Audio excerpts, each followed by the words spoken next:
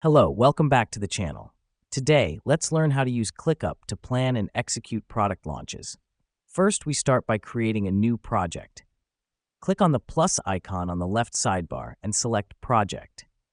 Give it a name related to your product launch for easy identification. This is the foundation of your launch plan. It's crucial because it helps you to organize your tasks and resources all in one place. Now that we've done that, let's move to the next step, setting up tasks and subtasks. Click on the Add Task button to create tasks representing each phase of your product launch, like market research, product development, marketing campaign, and so on.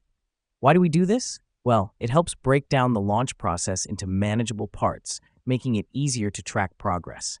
The reason we create subtasks is to further break down these larger tasks into smaller, more actionable steps. Just click on a task, then on the Subtasks tab, and finally the Add Subtask button. This helps us because it ensures every detail is accounted for and nothing falls through the cracks. Next up, let's assign these tasks to team members. Click on the Assignee field in each task or subtask and select a team member. This is important as it clearly defines responsibility and makes sure everyone knows what they're supposed to do. Now, let's talk about deadlines. Click on the Due Date field in each task or subtask and set a date.